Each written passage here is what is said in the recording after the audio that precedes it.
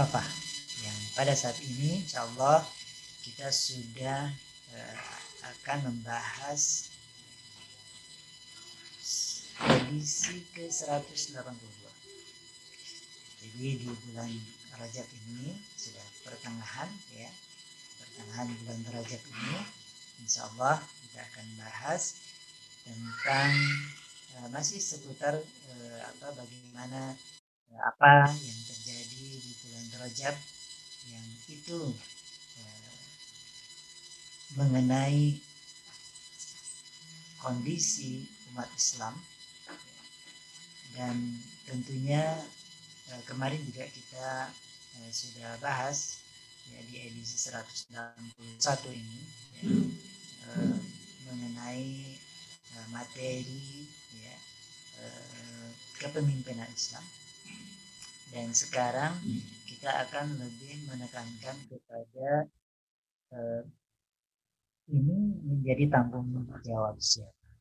Ya, apakah ini menjadi tanggung jawab misalnya orang Arab kah misalnya, atau para ulama saja misalnya, atau kemudian ormas kah, ya, atau kemudian partai politik atau siapa sebenarnya yang memiliki tanggung jawab untuk berupaya dan untuk berjuang ya, di dalam menegakkan kewajiban. Hadirin rahimakumullah, di edisi 182 ini Buletin Kafah mengambil tema tentang tanggung jawab ya, menegakkan khilafah. Untuk itu bersama kita sudah hadir Ustaz Ustaz Fauzi. Ya, beliau nanti akan membahas ya berkenaan dengan tema kita pada kesempatan kali ini. Dan untuk itu supados tenyang kolong ting kanawatas untuk Ustaz Fauzi falyatafadhal masykurah.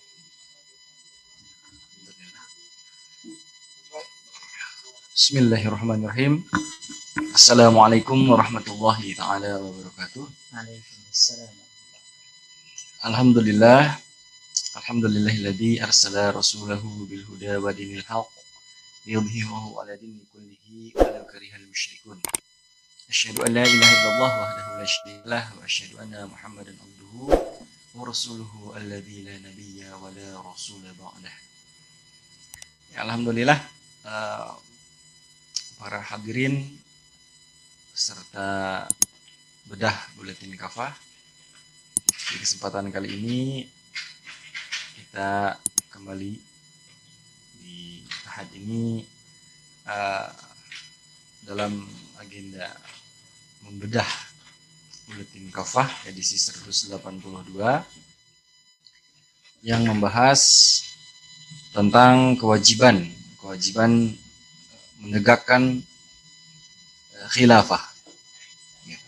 Tadi disinggung di awal, ini apakah ini adalah kewajiban para ulama atau kewajiban bangsa Arabkah atau kewajiban siapa? Nah, kita akan coba sedikit mengulas tentang terkait dengan penegakan khilafah. Namun harus difahami bersama bahwasanya mungkin muncul pertanyaan ya, kenapa kita harus menegakkan khilafah? Nah, eta heula pangintennya. Serta acan membahas ini tanggung jawab ada salah satu mungkin lebih ke arah mendasar ya. Jadi kenapa sih harus menegakkan khilafah gitu? Emang naon gitu. Apakah tidak bisa kalau tidak dengan khilafah? Nah, ya, jadi urgensi penegakan khilafah itu tidak lain dan tidak bukan karena tuntutan kewajiban yang lain. Gitu. Nah, hari ini kaum muslimin karena hidupnya di atmosfer yang sekuleristik dari borojol ya, dari mulai lahir sampai dewasa, bahkan mungkin sampai usia senja, tua, itu ya atmosfernya ya, kehidupan sehari-harinya itu di alam ya, sekuler kapitalistik, sehingga tidak terbersit sedikit pun apa sih sebenarnya hukum syariah itu, kemudian Islam itu seperti apa dan bagaimana, itu menjadi hal yang apa ya, menjadi hal yang hidup itu seperti ini. Nah, hidup tuh ya seperti itu, gitu ya. Jadi tidak ada bedanya Islam dengan agama-agama yang lain. Gitu.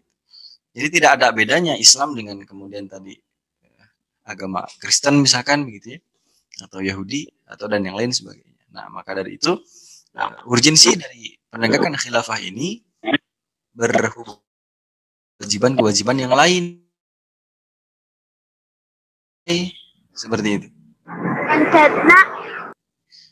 Bahkan khilafah ini disampaikan oleh para ulama sebagai tajul furud. Jadi mahkota kewajiban. Jadi yang paling wajib di antara yang wajib gitu ya. Nah, kenapa demikian? Ya karena tadi berkaitan dengan kewajiban-kewajiban yang lain yang tidak bisa dilaksanakan, tidak dapat dilaksanakan, tidak dapat terlaksanakan karena ketiadaan khilafah itu sendiri. Nah, jadi khilafah ini kan dia adalah institusi yang menerapkan hukum syariah Islam, gitu ya. Menerapkan syariat Islam secara kafah, secara menyeluruh, secara keseluruhan. Nah, tentu ada hal-hal yang memang hukum-hukum syariah yang menyentuh pada tataran-tataran yang tidak mungkin, tidak dapat dilaksanakan oleh individu, gitu ya, oleh kelompok sekalipun, apalagi individu. Kayak misalkan hukum kisos, begitu ya, membunuh dibunuh lagi, ya siapa yang mau membunuhnya, kan begitu. Atau misalkan terkait dengan pengelolaan sumber daya alam, gitu. Misalkan tahu bahwa wajib dikelola oleh negara, gitu. Atau misalkan wajib dikelola oleh negara dan diberikan kembali kepada umat. Nah, siapa ini yang bertanggung jawab? Pada faktanya hari ini negara itu malah diberikan kepada asing. Nah, lalu harus seperti apa dan bagaimana? Nah, ini kan menjadi hal yang perlu diperhatikan. Ya, baik. Berikutnya adalah kewajiban menegakkan khilafah. Jadi tadi yang pertama adalah urgensinya, kenapa harus khilafah dan kenapa harus menegakkan khilafah. Yang kedua adalah ini kewajiban siapa? Nah, siapa yang wajib menegakkan khilafah? Nah, ini sudah banyak dibahas oleh para ulama terdahulu, gitu, generasi salaf.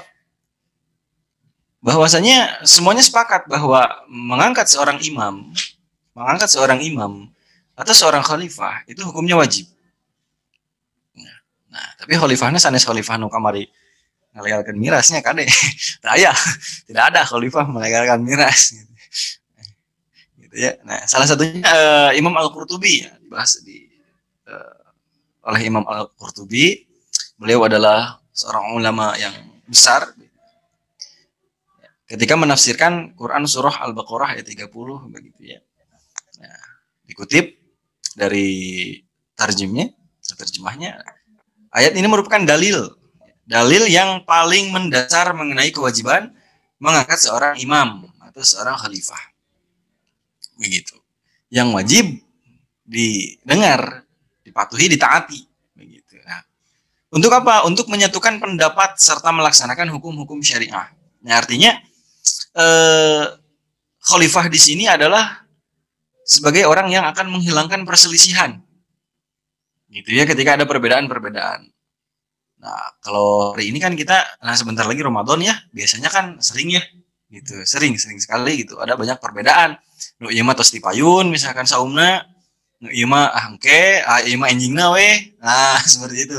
Itu kan banyak perselisihan, gitu ya. Padahal kan bulan Ramadannya satu, pas harita, tapi kenapa ada yang lebih dulu atau misalkan lebih lambat?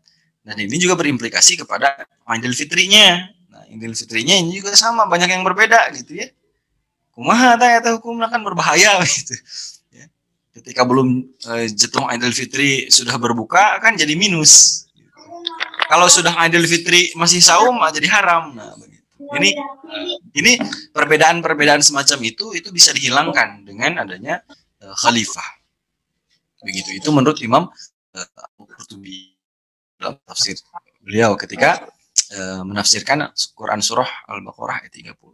Begitu pula dengan imam-imam yang lain gitu ya. Contoh misalkan Imam Ibnu Hazm begitu.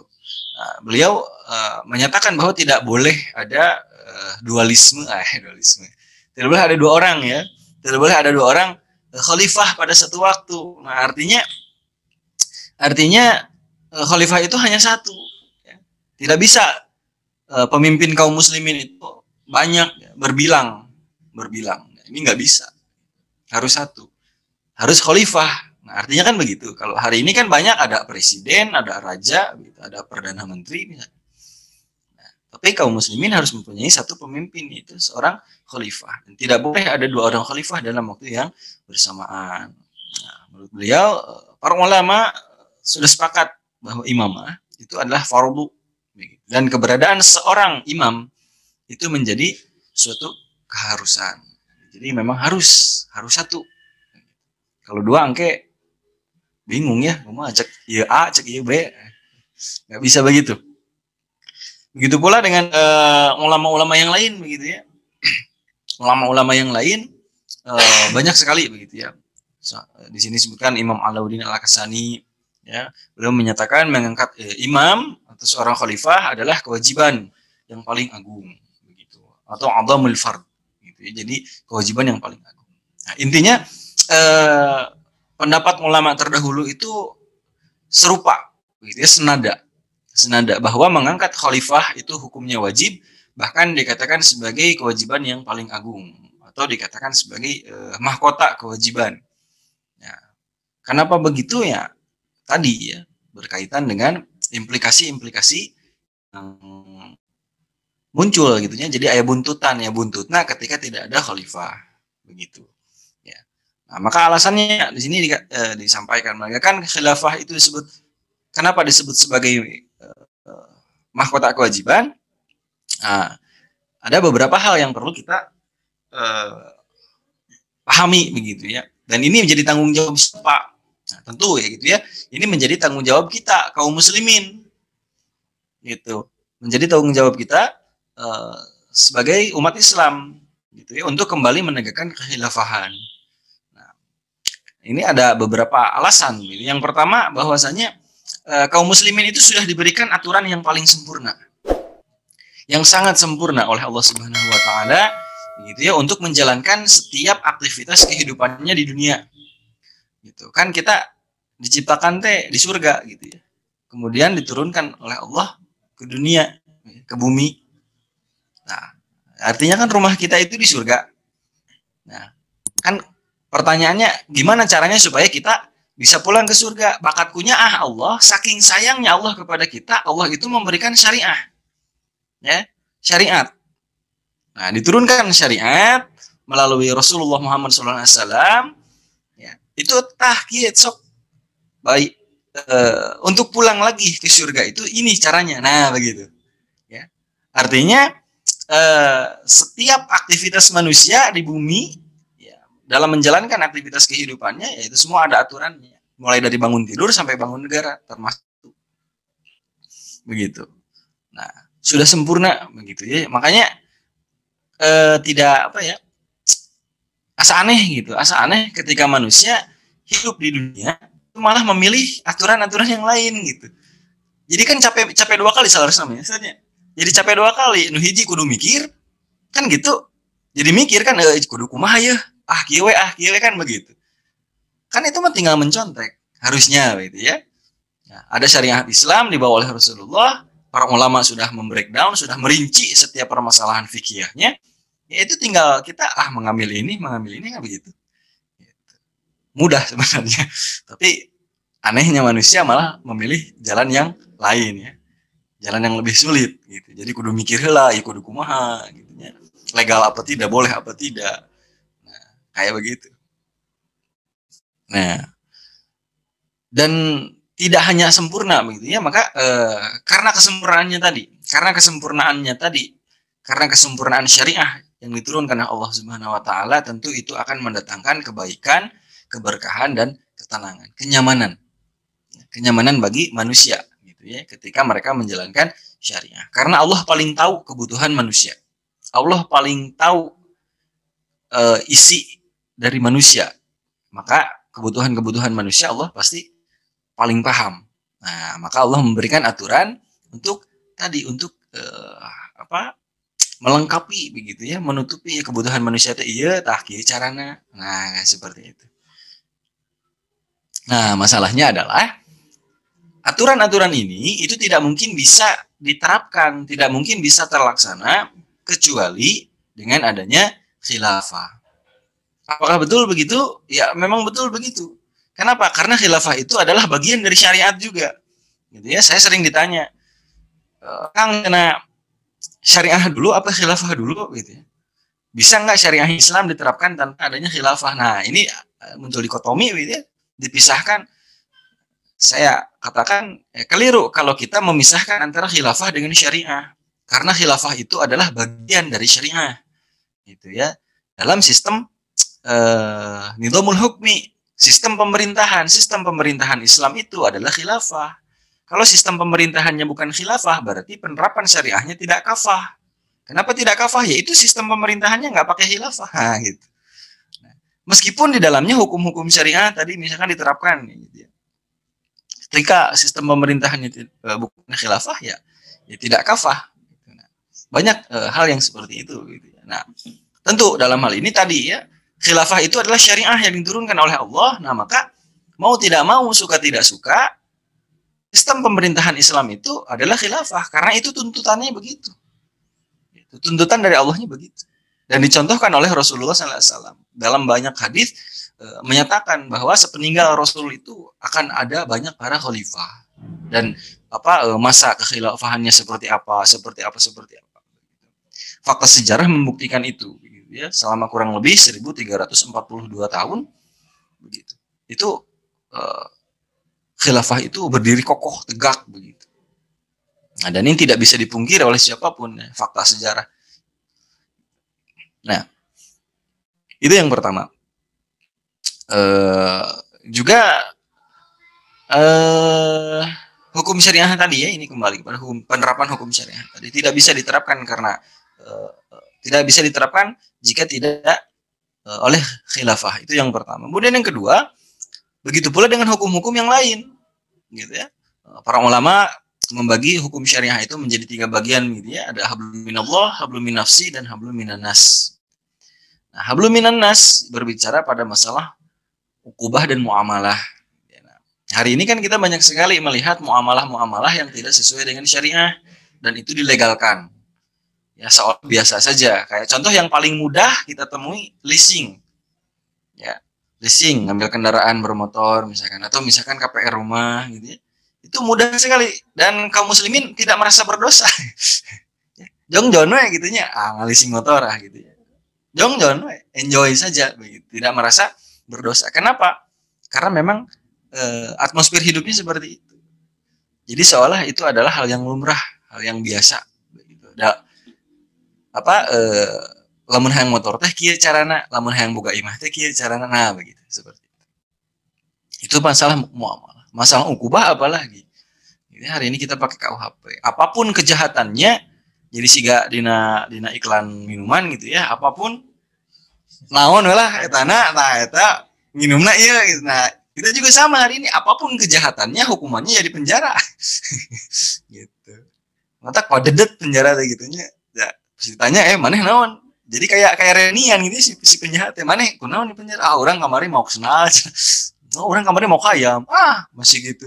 Orang kamari mau sampe, nah gitu. Macam-macam ya. Nah ini kan jadi lucu begitu. Jadi lucu. Nah itu pada satu aspek hablum minannas. Hablum minafsi juga sama. Akhirnya melalui tadi karena sistem pendidikan salah satu contoh misalkan gitu ya, sistem pendidikan di kita yang tidak membangun kepribadian Islam, akhirnya setelah lulus sekolah itu bingung gitunya jati diri. Aya cek paribasa nama kalau anak muda itu lulus SMA itu sedang mencari jati diri padahal geus balik gitu ya. Kalau sudah balik itu harusnya tidak usah mencari jati diri kan begitu. Harusnya begitu ya, melalui pendidikan mereka sudah paham bagaimana menjadi seorang mukallaf. Nah, begitu. Itu salah satu contoh yang lain. Hablum min nafsi begitu ya. Pakaian juga sama ya, cara berpakaian juga sama. Makanan juga sama. Nah, kemarin ya dilegalkan miras. Nah, begitu. Jadi mabok. Ayo besok mabok gitu dah. Ngalegalkeun lagi mabok.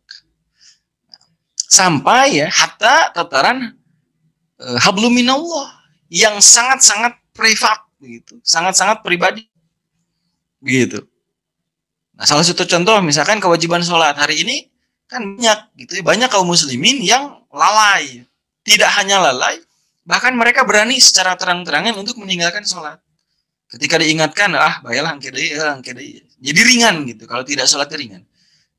Tapi percantan tinggal sholat Jumat gitu ya. Ya kita mah susah ya karena kita ikutan sholat Jumatnya. Coba lihat di jalan gitu. Banyak kaum muslimin laki-laki sudah balik tapi tidak melakukan sholat Jumat. Gitu. Pada cicing misalkan. Saya sering melihat di CCTV begitu. Nah geningan ya supir angkot sararan teh bari ngetem gitunya. Padahal sisian masjid di tukang geuna ya masjid.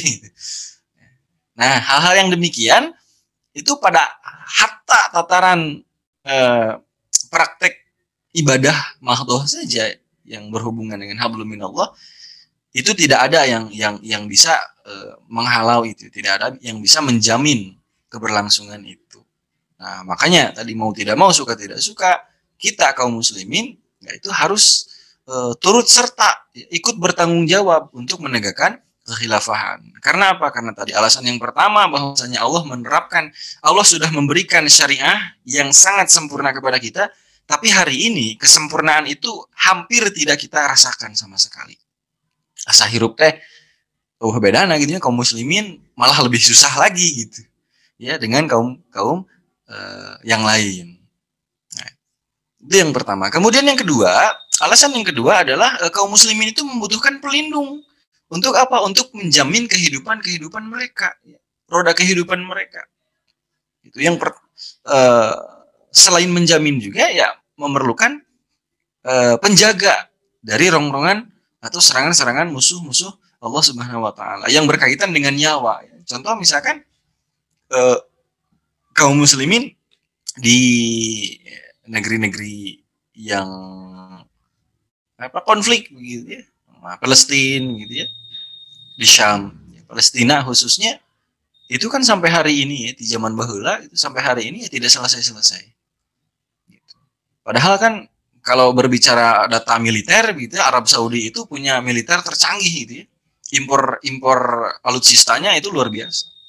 Turki juga sama kan punya, deket kan di Turki ke Palestina gitu ya. Mesir juga perbatasan jalur Gaza gitu. Mesir gitu. Tapi tidak ada yang bisa menolong. Tidak ada yang bisa menjamin nyawa mereka.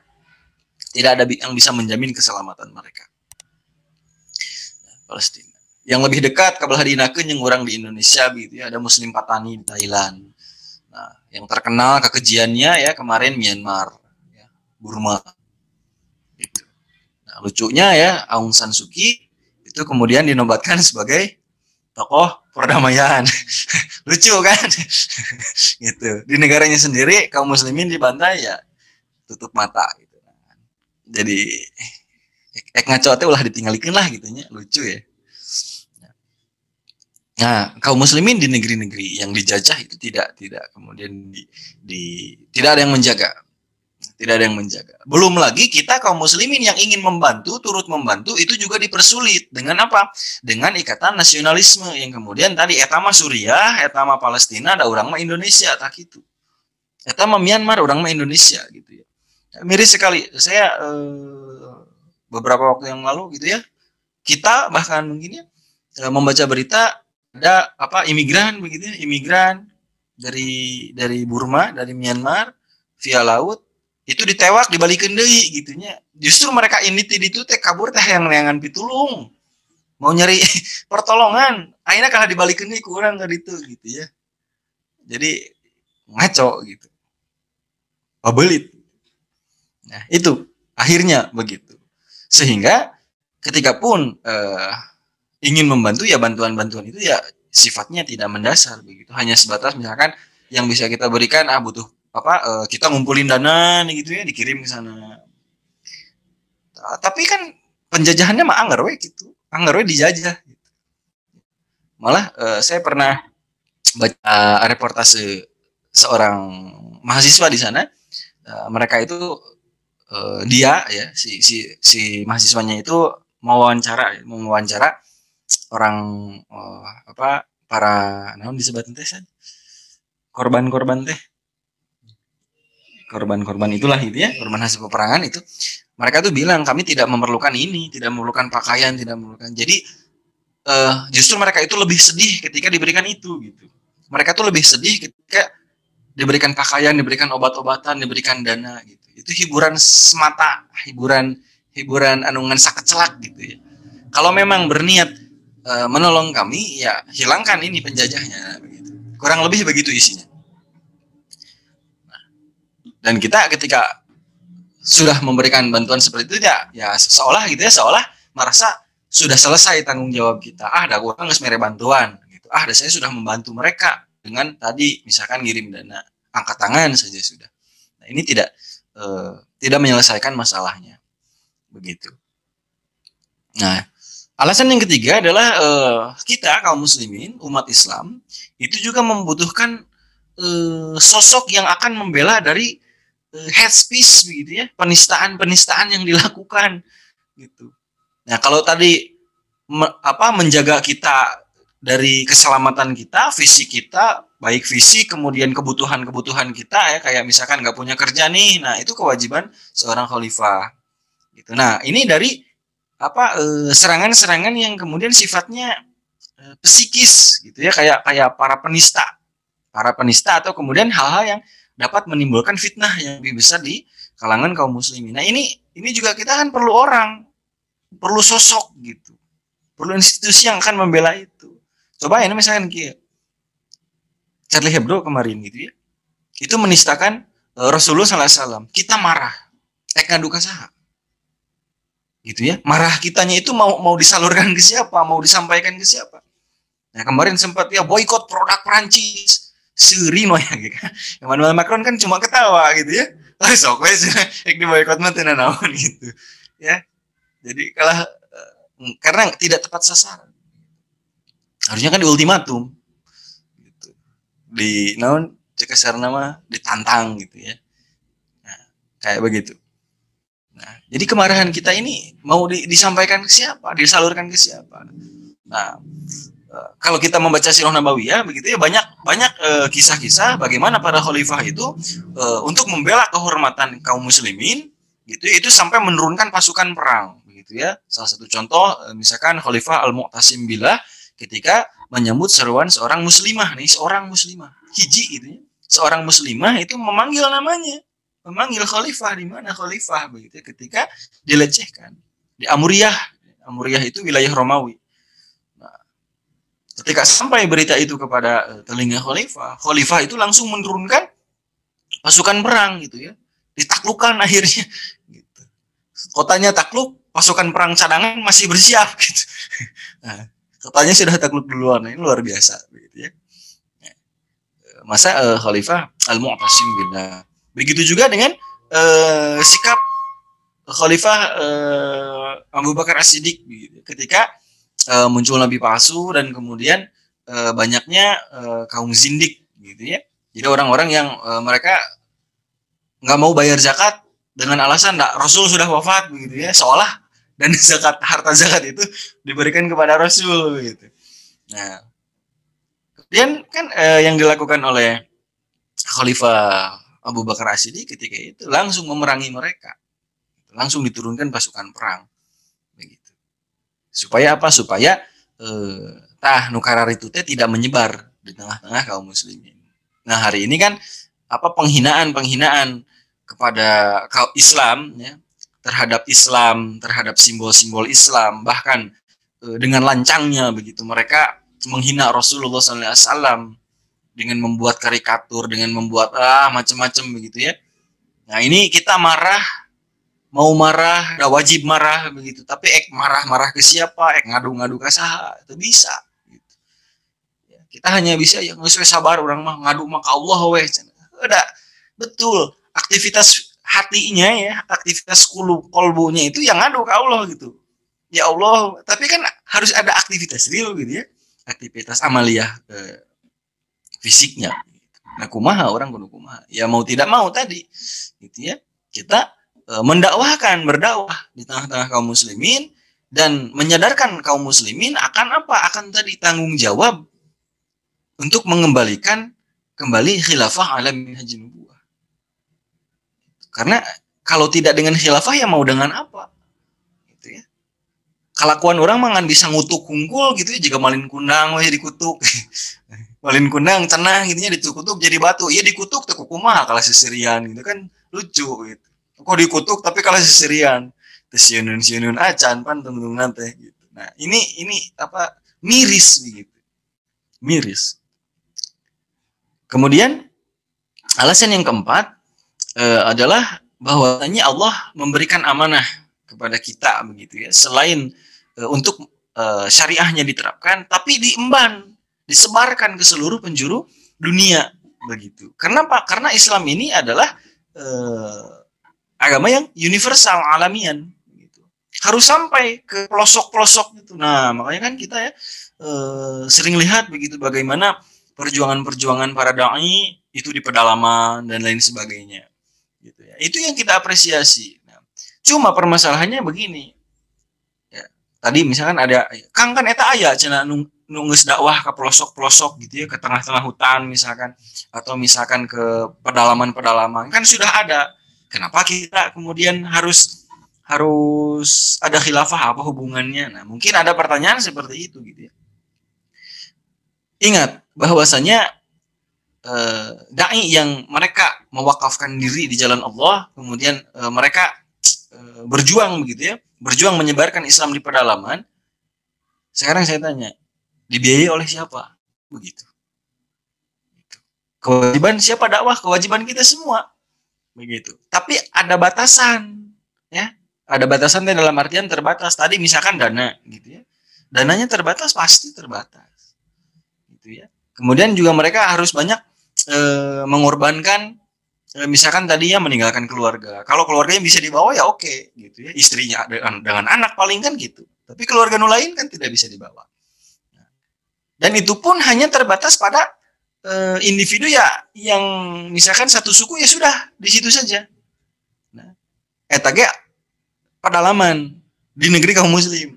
Pertanyaannya begini, bagaimana kemudian kita menyampaikan Islam kepada negeri-negeri, negara-negara kafir? Gitu, kepada masyarakat di negeri-negeri kufur. Ya. Kalau ayeuna mungkin ya teknologi sudah canggih gitu ya, jadi searching aja, ngetik di YouTube atau di Google ya, Islam, kan berbeda banyak sekali video. Nah, kalau dulu bagaimana? Gitu. Nah, ingat ya bahwa Islam sampai ke Indonesia pun itu berkat jasa khalifah ya, begitu. Ya. Bukan dari pedagangan, cina Gujarat gitu ya. Gujarat itu wilayah India, ya. Wilayah Indiaan. Hebat ya, saya katakan luar biasa itu pedagang, bisa dakwah ke kerajaan. Luar biasa, kudu diajar orang talamun bener gitu mah gitu ya. Tapi kan pada faktanya tidak begitu. Tetap ada kemudian hubungan bilateral di antara dua kerajaan begitu ya. Diplomasi politik lah mun ayeuna mah bahasana teh gitu. Ada diplomasi politik. Nah, pertanyaannya, diplomasi politik ini kan yang siapa yang bisa mengeluarkan surat resmi seperti itu? Atau misalkan diplomasi politik. Kan itu mungkin orang sebagai rakyat begitu ya. Tidak mungkin misalkan ada ormas ya, mereka diplomasi politik. Tidak mungkin. Gitu. Haruslah kemudian menggunakan negara. Untuk apa tadi? Kalau misalkan negara kafir tadi ini menerima Islam, ya alhamdulillah menggabungkan diri. Kalau mereka menolak, nah ini kan yang menjadi permasalahan. gitu. Mau orang mah cenah naon maneh cenah saha maneh misalkan begitu ya.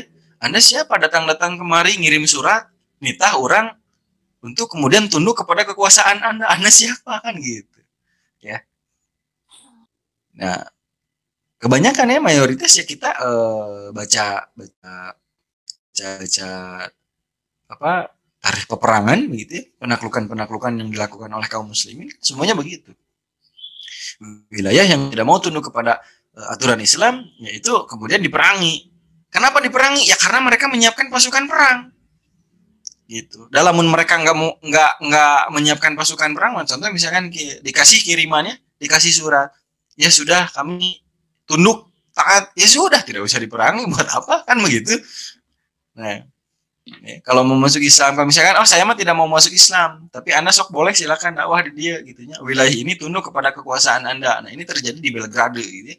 Wilayah ketika masa khilafah Utsmaniyah begitu ya, Sultan Bayazid pertama ketika memasuki kota belah dieun Belgrade itu kan begitu ya, dikirim surat, wali kotanya nggak mau masuk Islam, nah akhirnya dikepung, nah, dia menyerah, ya sudah ini kota sok weh gitu ya, jadi dikuasai oleh kalian nggak apa-apa, tapi jangan paksa kami untuk masuk Islam gitu.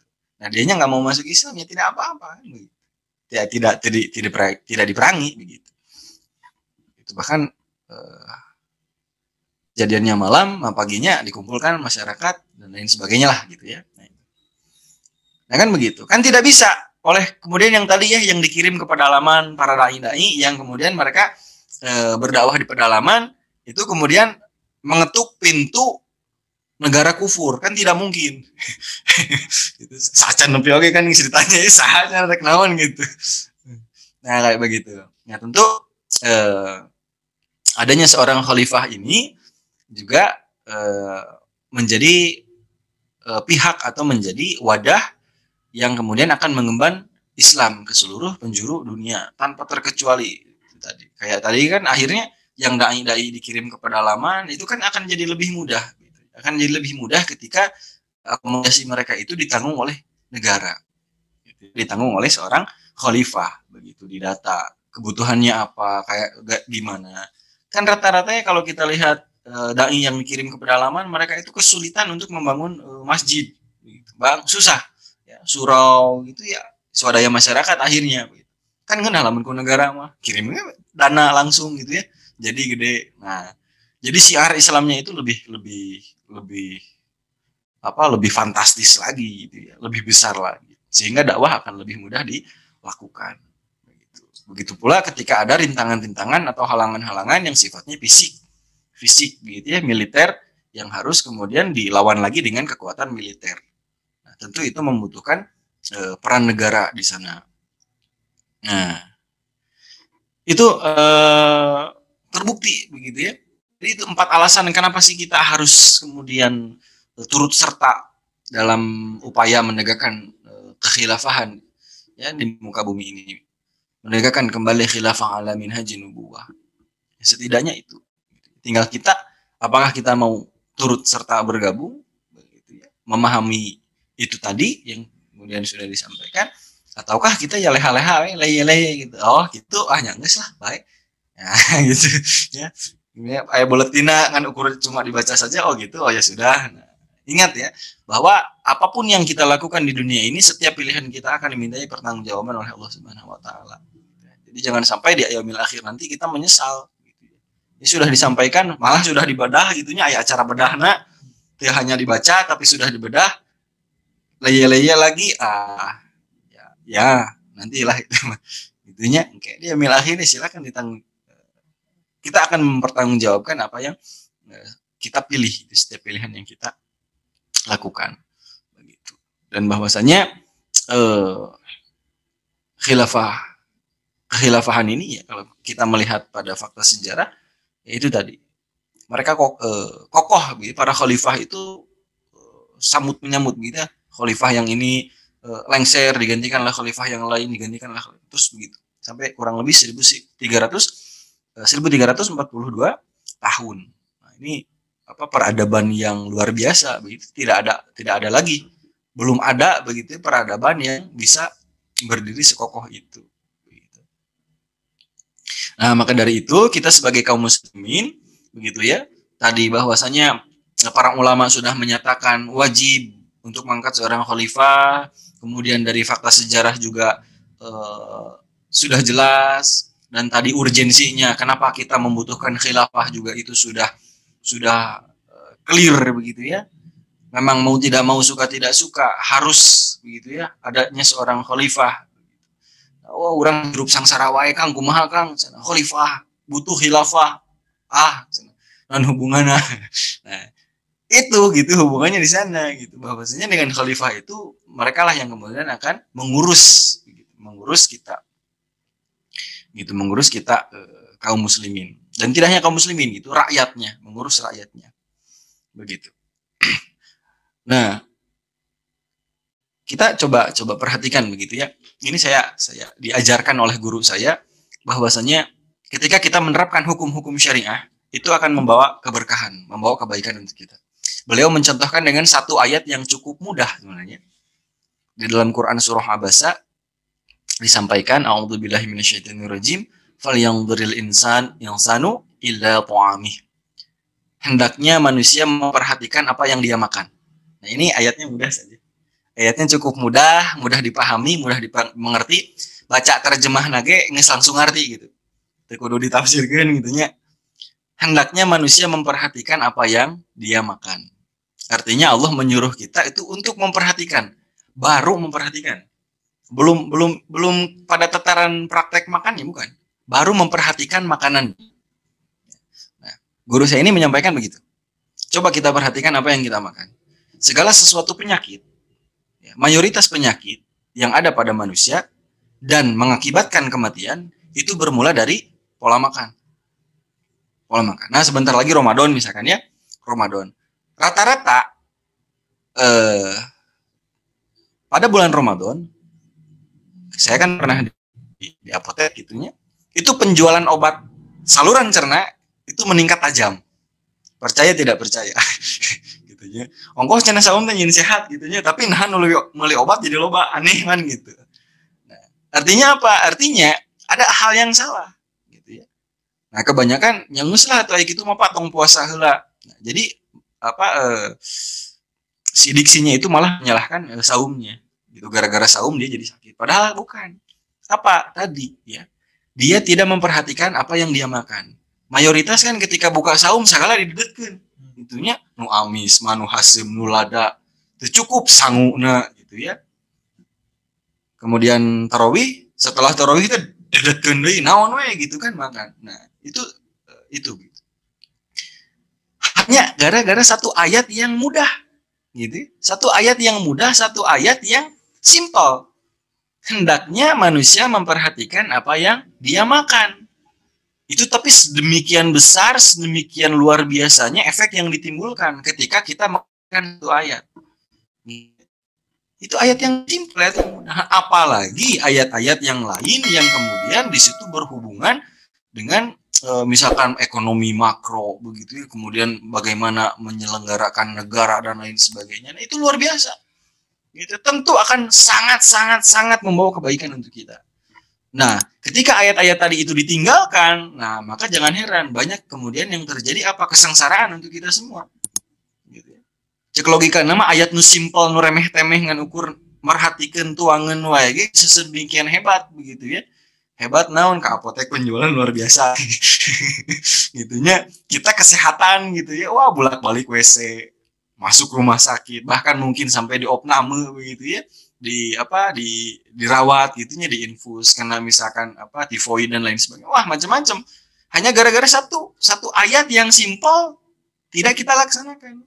Apalagi banyak ayat gitu yang kemudian diabaikan dan bahkan dilanggar.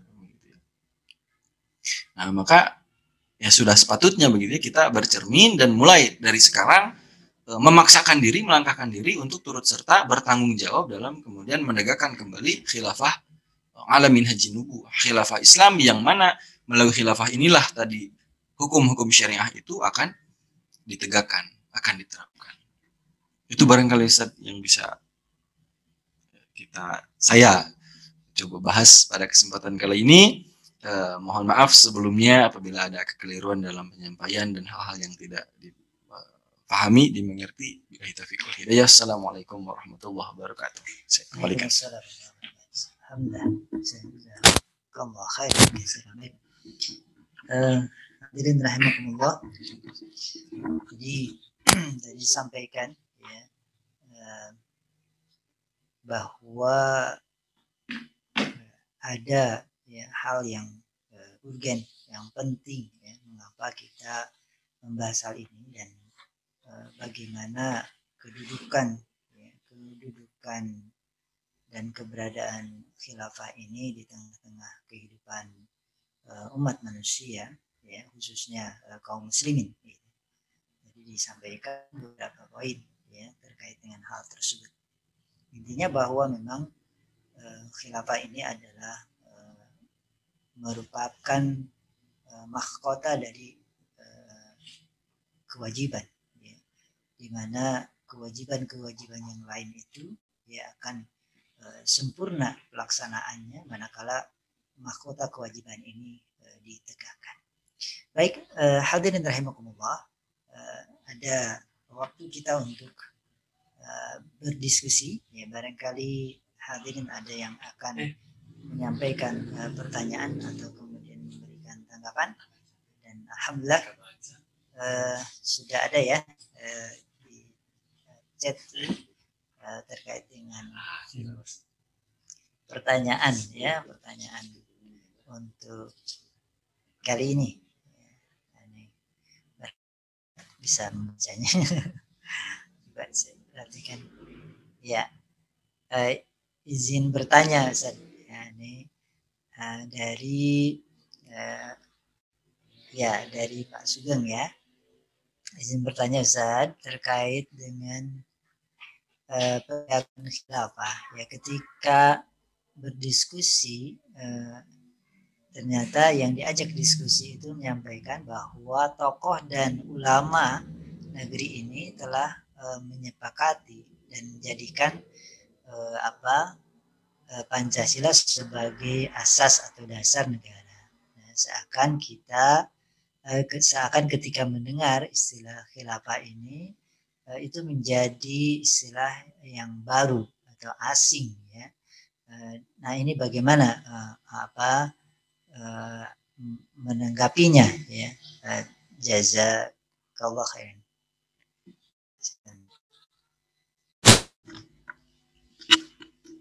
Ya. Ketika diskusi ada yang menyampaikan bahwa bentuk negeri ini sudah disepakati. Bentuk negeri ini sudah disepakati, ini merupakan kesepakatan bersama. Mistakon waldo. Jadi ingat bahwa pernikahan ya, menyebatkan gitu ya, sebagai asas dasar negara. Ya, yang pertama terkait dengan kesepakatan para pembesar negeri ini. Biasanya ada dua hal gitu ya, ada dua hal yang perlu diperhatikan. Yang pertama terkait dengan kesepakatan.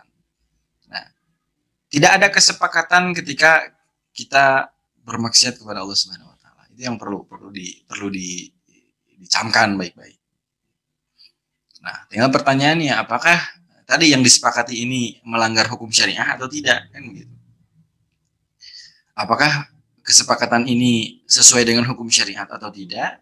Apakah melanggar syariat atau tidak? Apakah menegasikan hukum-hukum Allah atau tidak? Apakah mengakomodir hukum-hukum Allah atau tidak? Dan kesepakatan ini pada tataran asas, apakah tataran teknis cabang? Nah, ini juga perlu diperhatikan. Ketika kesepakatan itu menyasar pada tataran asas, nah, khususnya ini dalam kasus ini adalah asas negara. Asas negara, nah maka ini tidak boleh menyalahi dari hukum-hukum syariah. Maka kesepakatannya tidak dalam kacamata syariat, ya itu tidak berlaku. Asasnya itu tidak berlaku. Kesepakatan tidak berlaku pada tataran asas. Ya, ini asas negara apalagi gitu ya. Kita pakai misalkan Pancasila misalkan gitu ya. Sepakat pakai Pancasila. Ya, kita lihat bisa terakomodir tidak sesuai dengan hukum syariat atau tidak gitu ya. Pancasila itu sesuai dengan hukum syariat misalkan begitu ya. Itu ya, contoh lihat sila pertama, ketuhanan yang Maha Esa. Wah, itu kan tauhid. Belajar lagi bahasa Indonesia. Ya. Imbuhan kean. Nah, pada suatu subjek itu menyatakan bentuk jamak. Mohon koreksi kalau saya salah, karena nilai bahasa Indonesia saya jelek. Ya, ya. Cenada tidak berlaku eta mah jelas mah eta tauhid cenah nyekeun kop bae. Ya mun keukeuh mah gitu ya. Tapi kita lihat pada tataran praktek hari ini gitu ya. Misalkan sila-sila yang lain gitu ya. Oke, sila pertama, sila kedua gitu ya. Pertama, ketuhanan yang Esa. Kedua, kemanusiaan yang adil dan beradab. Saya pikir itu sudah tidak harus dibahas begitu ya. Adil dan beradab. Tidak perlu dibicarakan lah ya teman gitu ya. Faktanya sudah jelas begitu ya. Nah, artinya apa? Artinya tadi pada tataran asas yang seperti itu tidak berlaku. Ya, kesepakatan itu tidak berlaku. Yang kedua, ini sudah final harga mati. Nah, di dunia ini final harga mati. Gitu ya. Dinamis, kehidupan itu selalu dinamis, berubah-berubah. Dan logikanya kalau untuk perbaikan ya kenapa tidak? Gitu ya. Kan begitu. Kalau untuk memperbaiki, kenapa tidak? Kenapa harus final pada hal-hal yang rusak? Kita sebagai kaum muslimin ya wajib mengikuti hukum-hukum syariat. Begitu. Adapun tadi misalkan Pancasila dan lain sebagainya, kesepakatan para pembesar negeri ini dan lain sebagainya.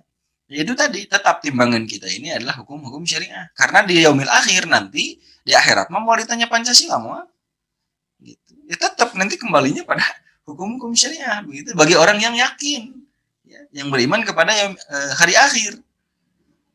Beriman kepada yaumil akhir ya ke sana kan orientasi. Mau ditanya Pancasila mau ya haram apa Pancasila gitu. Ya cekasar mah gitu ya.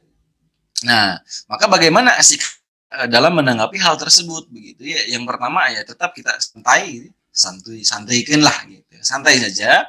Kita cerna setiap kalimat yang keluar dari mereka dan ya kalau kita bisa kemudian membedah apa yang kemudian mereka sampaikan, bedah menurut sudut pandang mereka tentunya. Ya, sudut pandang mereka dan patahkan juga sesuai dengan sudut pandang mereka. Nah, tadi amunisi ya, yang pertama terkait dengan kesepakatan, bagaimana pandangan Islam dengan kesepakatan. Yang kedua, tadi fakta bahwa ini sudah final. Oke, kalau sudah final, tapi lamun ruksak kumaha gitu. Nah, kondisi negeri ini hari ini apakah baik-baik saja atau tidak? Gitu ya, saya orang yang masih waras itu pasti akan mengatakan negeri ini tidak sedang baik-baik saja. Gitu. Negeri ini tidak sedang baik-baik saja. Gitu ya. Nyaluc gitu. Lihat-lihat berita gitu ya yang mestinya lira gitu. Itu barangkali mengalami soal. Baik. Barangkali ada tanggapan pada nanya. Sambil menunggu, ini juga ada pertanyaan berikutnya. Ini dari Pak Pandi ya. Nah, Pak Pandi ini. Bismillah, izin bertanya, menegakkan khilafah kewajiban umat muslim dan sudah jelas wajib hukumnya. Akan tetapi mengapa justru sebagian para ulama dan ustadz menolak bahkan menghalangi para pejuang yang akan menegakkan khilafah kembali tegak? Ini gimana? Udah abot ya, izin agak lama ya. Syekh Rahmat Aslabi beliau pernah menyampaikan bahwa orang yang menolak tegaknya khilafah itu ada 4. Yang pertama karena tidak paham. Karena tidak paham. Artinya pemahamannya kalau dikatakan belum sampai begitu ya. Nah, dan ini kewajiban kita memahamkan. Yang pertama tidak paham. Yang kedua itu adalah gagal paham. Gitu ya, gagal paham. Atau diajar gitunya, dibaca, diajar, dipelajari begitu. Mungkin karena gurunya yang salah atau bahkan mungkin tidak ada guru. Dan ketika ada yang menjelaskan tidak kompatibel, kapasitasnya sebagai seorang yang menjelaskan, akhirnya gagal paham. Maka ditolak. Yang pertama tadi apa? Tidak paham. Yang kedua gagal paham. Yang ketiga salah paham. Salah paham. Gitu ya. Salah paham itu yang belajar itu punya kapasitas untuk memahami. Kapasitas untuk memahami. Kemudian juga apa yang dibacanya itu juga dia pahami dengan pemahamannya dia. Tapi karena satu dan lain hal akhirnya jadi salah paham. Maksudnya tidak ke situ, malah ke situ gitu. Nah, dengan yang gagal paham, gagal pahaman aku udah dia dikatakan, nah itu gagal. Tapi kalau yang salah paham itu harusnya ke kanan, dia ngambil jalan ke kiri. Nah, misalnya itu salah paham. Itu salah paham. Akhirnya apa? Akhirnya jadi menolak. Yang keempatnya ini yang paling berbahaya. Dia paham, gitunya kau paham. Tapi tidak mau paham, memilih untuk tidak mau paham. Maksudnya dia memilih dengan pemahaman dia itu ya tidak dilaksanakan. Tahu tapi tidak mau tahu. Tahu tapi tidak mau tahu. Nah, kirang langkung gitulahnya gitu. Nah, ini yang berbahaya. Nah, biasanya kenapa sih mereka malah memilih untuk itu? Gogoda ya sih. Gogoda dunia gitu. Ya. Banyak yang tidak jujur. Banyak yang tidak jujur dengan keilmuan mereka. Banyak yang tidak jujur dengan pemahaman mereka. Ya, sebut nama ya. Di Indonesia seueur gitunya. Yang dulunya, wah itu kenceng sekali. Ya, bahkan beliau mengulas begitu dalam membuat buku gitu ya. Membuat buku gitu, wah sebelum jadi eta lah gitunya. Setelah jadi itu gitu ya. Nah, di bawah naungan pemerintah, di bawah naungan rejim, tidak jujur gitu. Jadi tidak jujur dengan keilmuannya. Gitu. Ya seirah gitu contohnya. Gitu ya. Nah, bisa jadi tadi ada ulama, ada para asatid, yaitu tidak akan pernah lepas dari yang 4 tadi. Apakah mereka tidak paham, ataukah gagal paham, ataukah salah paham. Yang 3 ini masih bisa diselamatkan. Maksudnya masih ada harapan, gitu, terbuka harapan kita, dan ini tugas kita sebagai misalkan yang lebih paham, gitu. Bukan yang lebih paham, sebagai seorang pengemban dakwah gitu, untuk memahamkan mereka yang 3 tadi. Tapi kalau mereka sudah paham tapi tidak mau tahu, nah ini yang berbahaya. Susah ya mah. Nuka opat mah kumaha oke gitu. Kata penginten ya Allah alam bisawab. Baik. Ya, jadi demikian ya, ini berarti PR kita bersama ya. Karena apa istilahnya saling mengingatkan ya. Ad-din nasihat. Jadi kita tetap akan senantiasa mengingatkan ya, mengajak ya, karena itu yang bisa kita lakukan pada saat ini. Dan memang yang namanya komponen umat ini beragam ya, bermacam-macam. Hanya kita juga paham bahwa kita adalah kajasadil wahid ya, jadi bagikan satu tubuh, maka kita tidak memandang mereka itu bukan bagian dari kita selama mereka memang masih menampakkan keimanannya, keislamannya.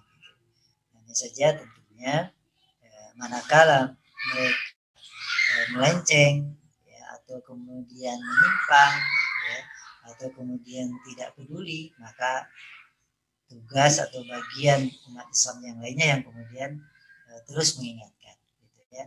Dan tugas kita mengingatkan, terlepas nanti hidayah taufik itu adalah Allah Subhanahu wa taala yang menentukan ya. Jadi harus tetap semangat menyampaikan dakwah ya, meskipun penerimaannya tentunya akan berbeda-beda, sebagaimana yang tadi disampaikan dari pertanyaan ini, bahwa masih ada umat Islam yang justru alih-alih mendukung malah kemudian tidak mendukung, bahkan kemudian melakukan penolakan, bahkan kemudian penyerangan ya terhadap kewajiban ini atau ide penegakan kewajiban ini. Baik, hadirin rahimakumullah, barangkali ada lagi yang akan ditanyakan, masih ada waktu.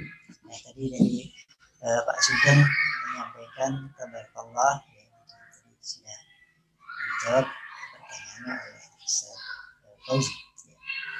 Maka kami persilakan kepada Pak Pandi juga, barangkali ada yang mau ditanggapi ya atas jawaban tadi. Dan bagi hadirin rahimakumullah yang lainnya yang akan menyampaikan tanggapan atau majelis Ansarullah, ya, biasanya kami akan upload setelah acara ini berakhir. Dan tentunya silakan diberikan komen, like and share ya, agar acara ini semakin berkembang dan semakin memberikan manfaat yang lebih banyak bagi kita semua. Yang belum subscribe sih kan gimana San? Ya subscribe juga ya. Sami abi kita acan. Baik, silakan bagi hadirin rahimakumullah, barangkali ada tanyakan atau tambahkan. Ya, sudah ya, sekitar 10 menit lagi ya. Cara kita cukup ya. Kita bahas beberapa hal lagi. Tadi berkaitan ya, atau menyangkut tentang kewajiban ini tanggung jawab siapa? Nah, ini ada hal yang konklusinya ya. Sebenarnya ini kalau para ulama kan sudah menyampaikan artinya bahwa ini adalah perkara yang wajib ya, seperti itu. Nah, berikutnya adalah siapa yang mau memperjuangkannya gitu. Betul. Ya. Apakah cukup para ulama yang paham saja gitu kan seperti itu atau seperti apa gitu ya, karena tentunya kita juga membutuhkan penjelasan hal ini sehingga kita bisa mendapatkan hal yang istilahnya memberikan dorongan yang kuat ya tentang perjuangan ini. Silakan sambil menunggu barangkali ada pertanyaan untuk menjelaskan hal ini. Ya, baik. Kewajibannya kan kepada kaum muslimin, gitu ya. Artinya selama orang tersebut merasa bahwa saya adalah bagian dari kaum muslimin, ya maka kewajibannya merupakan tanggung jawab dia dan kita semua, gitu sebagai bagian dari kaum muslimin. Kewajiban menegakkan khilafah itu kan fardu kifayah. Artinya beban tanggung jawabnya itu terkena kepada seluruh kaum muslimin. Kewajiban yang dia akan gugur apabila sudah sempurna terlaksana, meskipun hanya dilakukan oleh satu atau dua orang saja. Nah, kewajiban untuk menegakkan khilafah ini juga hukumnya fardu kifayah. Nah, maka selama belum sempurna penerapannya, belum sempurna aktivitas penegakannya, maka ya kita sebagai kaum muslimin seluruhnya gitu ya, seluruhnya itu bertanggung jawab, ikut bertanggung jawab. Ya, apapun profesi kita, berapapun usia kita, baik laki-laki ataupun perempuan, itu semuanya turut serta bertanggung jawab. Gitu. Karena kan kenapa harus semua profesi ya? Karena tidak semua orang itu misalkan kalau diajak bicara nyambung gitu. Misalkan ketika ada yang intelektual gitu ya, ketika intelektual ya berbicara dengan saya misalkan ya, secara misalkan diksi pembahasannya itu nggak bakalan nyambung kayak gitu ya.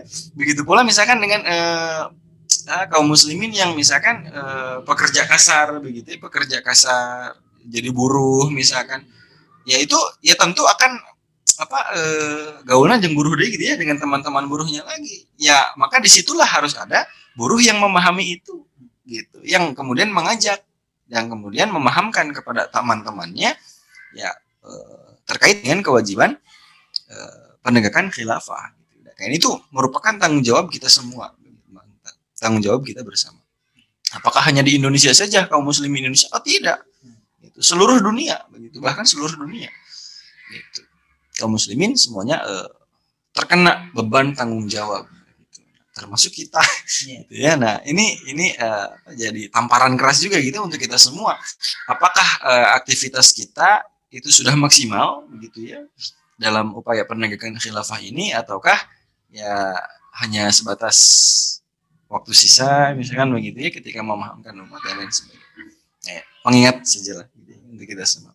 Ya, jadi intinya adalah bahwa penegakan khilafah itu adalah tanggung jawab kita bersama.